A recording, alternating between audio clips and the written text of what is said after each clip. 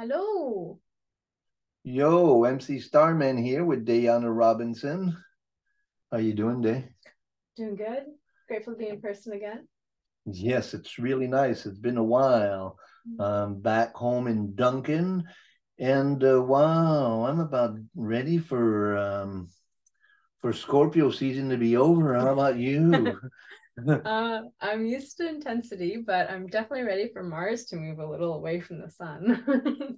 Oh yeah, that's Yeah, an interesting concept too. They're going to be traveling still for a little while. yeah. We have a new offering for you guys. We're going to start doing these astrological monthly forecast videos, and we're going to be fleshing out the signs a little bit more. So, Mm. getting to be a little bit more focused on what the month ahead will be like and the energy of Sagittarius. So, we're starting with Sagittarius.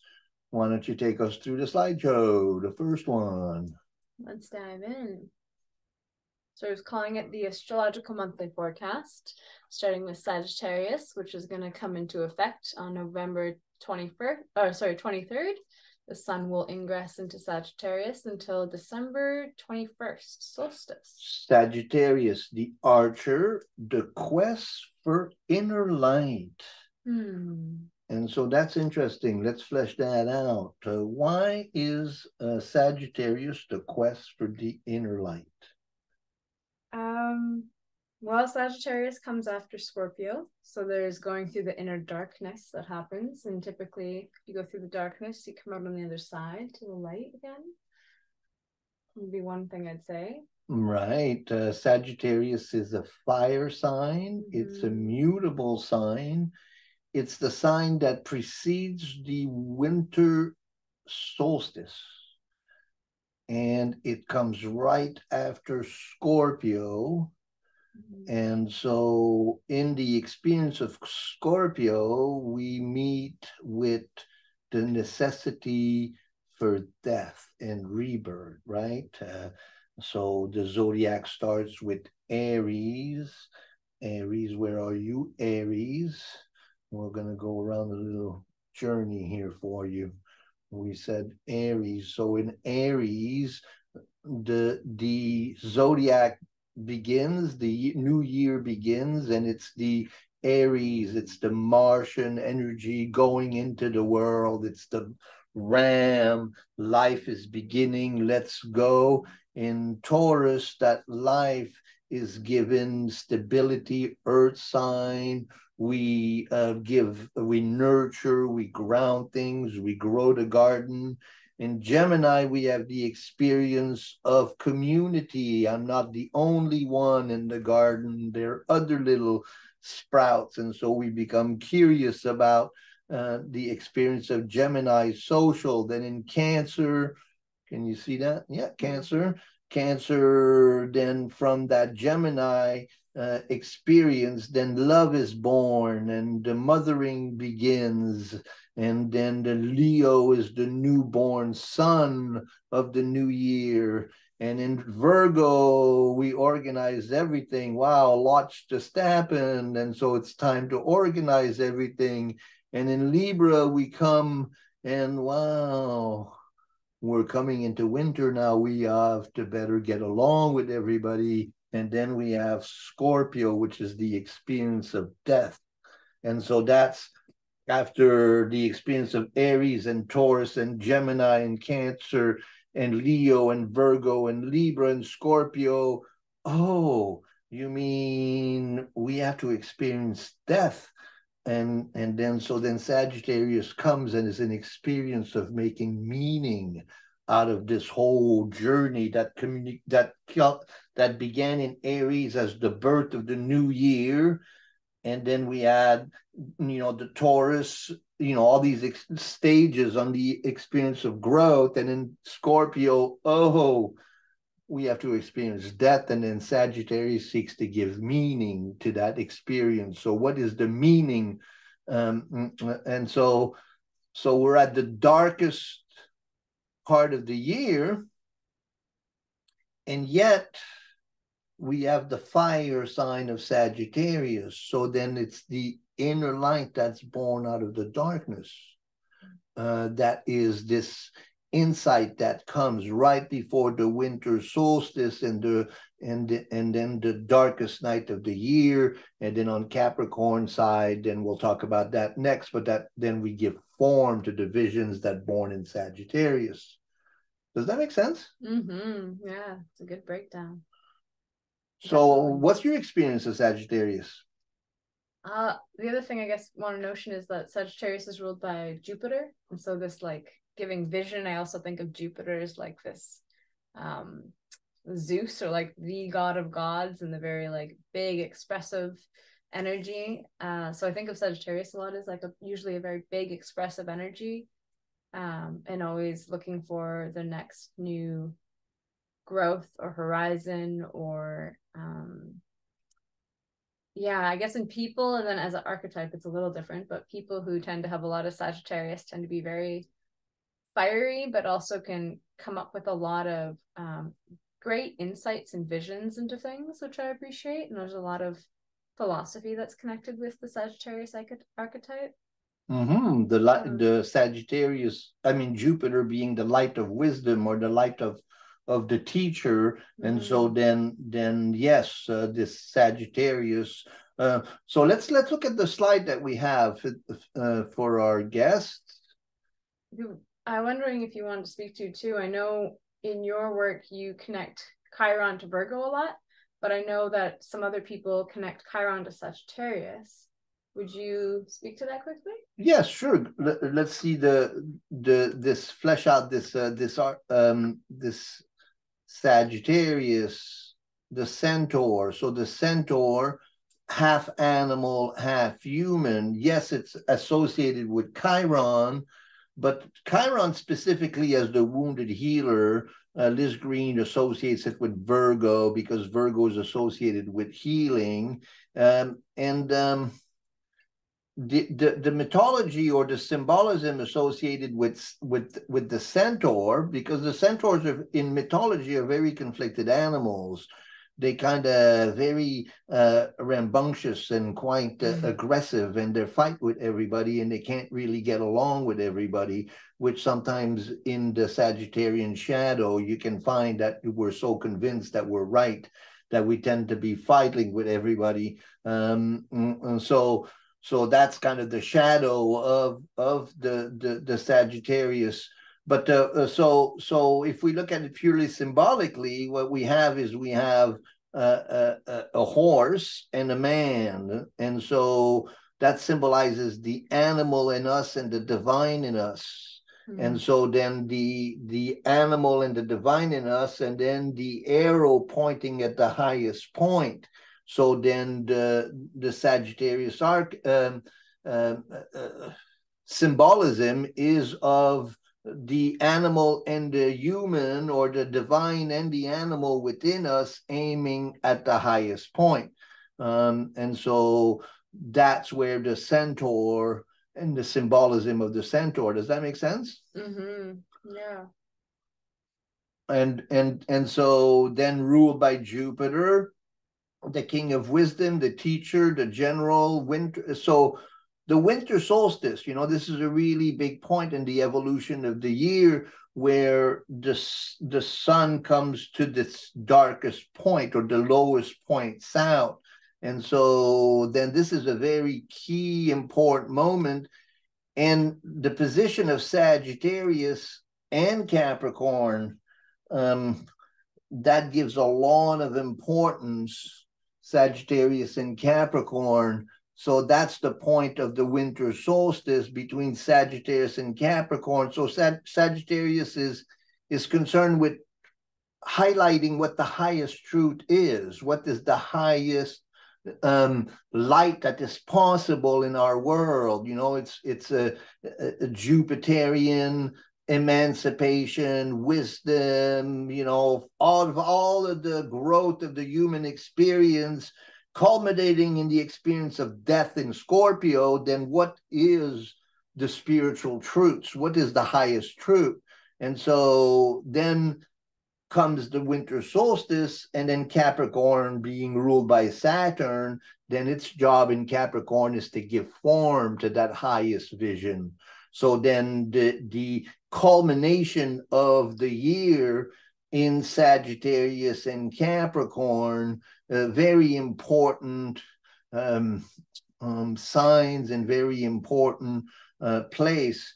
It's interesting to note also the oppositions of Gemini and Sagittarius, and the quest for knowledge or information, and the quest for the meaning of that information. But we'll explore that in the coming full moon.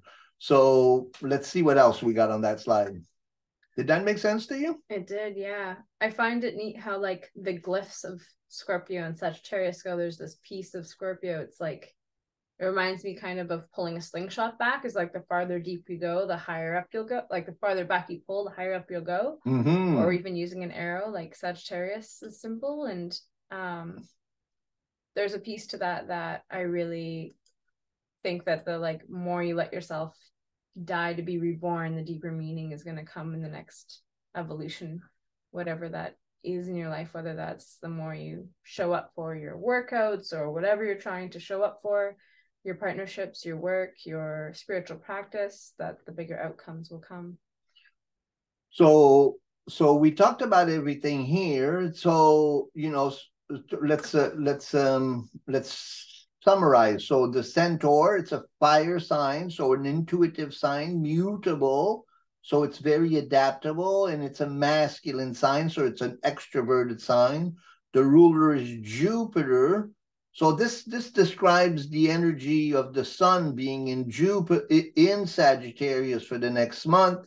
And so these are the kind of, you know, and we know this time of the year, you know, it's a very social, outgoing. This is when we celebrate who we are, what we've become. This is the culmination of the year, leads to Christmas and the New Year. And so it's it's a very big month. And then so the king of wisdom, the teacher, the general or the leader, leading to the winter solstice, the animal and the divine in man, aiming at the highest good. It follows Scorpio, and it's about the quest for meaning. Now you have some medicines for that for us to share. Yeah. So bringing Sagittarius into the body, it really is about kind of connecting these two pieces of ourself together, or the many parts of ourself together. Sagittarius rules the upper legs and thighs, or lower hips, but then it also rules all the connective tissue of our body. So finding like, I see that connection a lot with Jupiter and Sagittarius being like, how do I find meaning to everything that's come from Aries up to now? And it being a fire sign is again connected to spirit. So silica, or silicea, is the tissue salt that's associated with Sagittarius. And it's also known as quartz crystal. We need it and have it in our body. We need a certain amount of it, or else functions in our body don't work very well. So it helps build the connective tissue of the body, including the hair, skin, and nails, but also the tendons and ligaments. And it's considered a cleanser and conditioner, so helping to push impurities out of the system, especially through the hair, skin, and nails, and then balance things out where there's deficiencies. So if you have poor digestion, dealing with gout or rheumatic inflammations, this is like a buildup of uric acid within the lymphatic system. Silica will help to continue to push that out of the system and to balance the system when there's too much acids in certain places.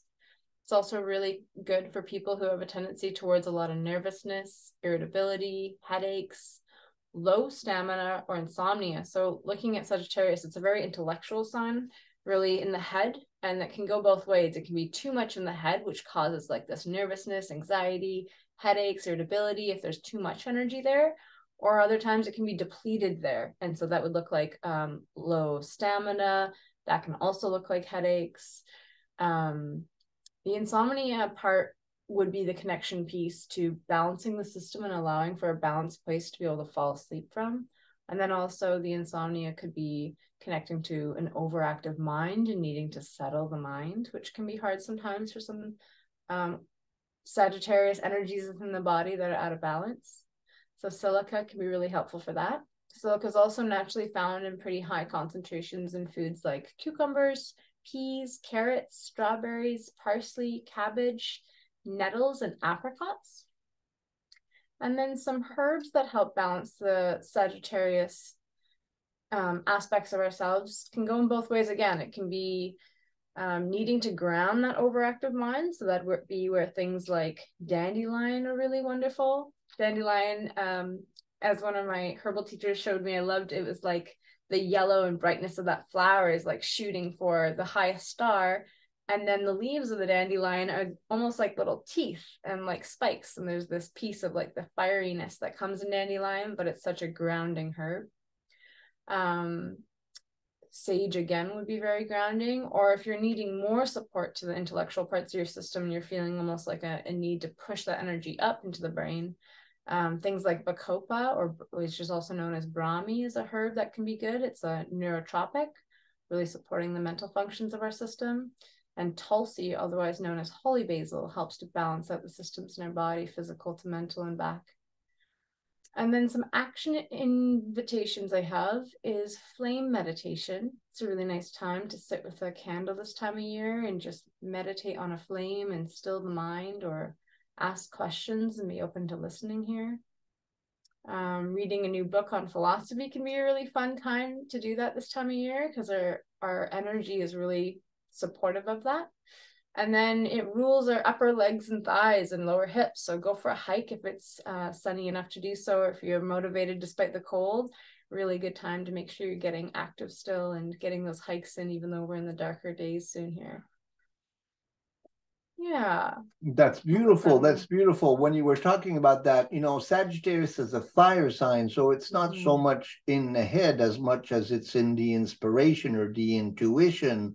And you know, like you were talking about insomnia and worry. And so when we talk about intuition, which is, the Sagittarius, a fire sign, there's a fire inside the person, like a fire from the soul. And yes, it's very engaged intellectually, but more it's a truth that's a fiery truth that comes in from the soul. And so, you know, we are aware of the inspiration that comes from spirit when we contact spirit. So that's that fire intuition. But what is the shadow manifestation of that?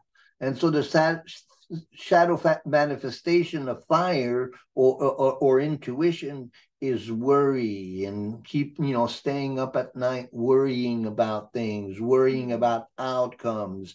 That's shadow intuition. And so then a lot of us, when we are feeling weak or we're not really, on our game, and it's interesting, because to get a lot of fire, you need air and wood, right? The intellect and wood, the material. So if we're not really well resourced, and if we're burning ourselves out, literally, if we don't have enough fire for the wood, then we can feel ourselves depleted, and then we start worrying, and our intuitions function then becomes shadow, where we worry, we're stressed out, we don't see positively. And so these are all manifestations of the shadow intuition, something that we really have to worry about, because at this time of the year, we're so fired up with everything that's going on, that the thing that normally gets out is that, or gets sacrificed, is our own self-care and our own practice and our own need to be grounded. So in order for the fire to burn bright, we have to have enough wood, and that is foundation, stability, the earth element. And so emphasizing the need for the earth element. And then you saw there nettle and dandelion and all of these things that are very grounding, so that we have enough fire to burn, wood to burn in the fire. Mm-hmm. I think it's going to be a neat Sag season, because there's going to be support for that, hey? Like Jupiter's in Taurus throughout Sagittarius season. So Jupiter being the ruler of Sagittarius, it's going to be in an earth element. And then Taurus is ruled by Venus, which is in Libra as it starts, at least, as the Sagittarius season starts. So there's going to be a lot of balance and beauty and self-care and a need for the wood and resources. If you're listening, I think these there's going to be supportive aspects are there. There's going to be a very important grand trine when the moon comes into Virgo. There'll be a Pluto, Uranus, Moon, Pluto, Moon, Jupiter, Pluto, a grand trine in Earth signs that is going to be really important to keep an eye on. But yes, activating the Earth element. And of course, all the elements are important. So how does that feel to you? Oh, and then we're going to talk about some important dates in that. But how do you feel about this new format here? I feel good. I feel like it's going to be fun to be able to just dive more into the archetype, and then our new moon and Soli Luna videos can be a bit more shorter because they are shorter glimpses of what's going on. But also give you hopefully this wider range of, okay, for these 4 to 5 weeks at a time, how do I balance out my system? And also look at your chart. What is in Sagittarius? What's going to be activated during that month? Or what may be needing extra care because it's not going to be getting attention during this month. And so those things are fun to look at and really good practice too. If you have any questions or suggestions, please do comment and share. And of course, subscribe to the channel. We made it to 1,100 subscribers. In this time, I was away for 7 weeks. I've just been back for a week. And this is the first video we've done. So thank you so much for supporting us. Now we're going to go into the alchemical opportunities. What are the important dates that we should be looking for in this month of Sagittarius?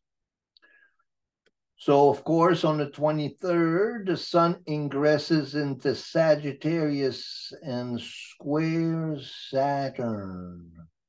So that's very interesting to start with. And then, of course, we have the conjunction of Sun and Mars coming together in Sagittarius. So that's the 23rd and the 25th. So that's a Wednesday and Friday of this week. So then we should be seeing and feeling a definite change in energy with both Sun and Mars coming together and moving into Sagittarius from being really kind of depressive energy. Sun, Mars, and Scorpio were coming into Sagittarius. And then all of a sudden, everything becomes ruled by Venus because of Venus being in Libra and then Jupiter being in Taurus that's ruled by Venus. So now everything all of a sudden gets brighter and more enthusiastic, more fiery, and also more harmonious with Venus. But the square with Saturn is interesting, huh? Yeah, big changes. I feel a lot of like shifting is going to be happening this week. Saturn's pretty disciplined and structured, but it's in Pisces. So there's this big restructuring within ourselves right now.